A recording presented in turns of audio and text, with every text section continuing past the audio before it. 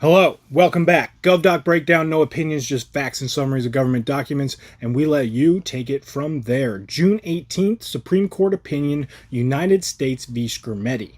All right, this is an important one and informative one here, folks, so let's focus up.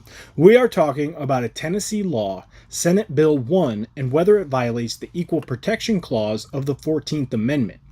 This clause requires states to treat all people equally under the law.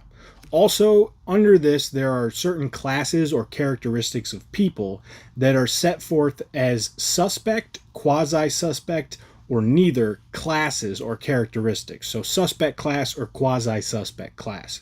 And that's just basically a characteristic of human beings that if a law is made discriminating based on those characteristics, the courts are required to give more time and strict scrutiny looking at that law to decide whether it's constitutional. So, Senate Bill 1 from Tennessee.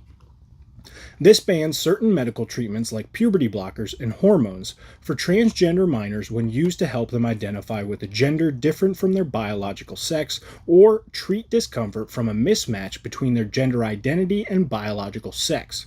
However, the law allows these treatments for other medical conditions, like birth defects, early puberty, and other diseases and physical injuries, basically. As a result of this decision or law, the three transgender minors, their parents, and a doctor challenged SB 1's constitutionality, arguing it violates the Equal Protection Clause by unfairly discriminating based on sex and transgender status. The district court agreed with them and partially blocked the law. But the Sixth Circuit Court of Appeals overturned the district court decision, saying the law was unfair. Then came time for the Supreme Court review. And the Supreme Court ruled that SB 1 does not violate the Equal Protection Clause. Does not violate it. The court said SB 1 doesn't treat people differently based on their biological sex or whether they are transgender. It focuses on two things. One, age. The law only applies to minors, not adults. And two, medical use. It bans puberty blockers and hormones for treating gender dysphoria, but allows them for other conditions like early puberty. So these distinctions, age and medical use, don't require strict review under the Constitution. They only need a reasonable basis for implementation to be constitutional. So this is the evidence that Tennessee provided that gave them that reasonable basis. They showed that puberty blockers and hormones for gender dysphoria can have serious risks like infertility, health problems, or psychological issues.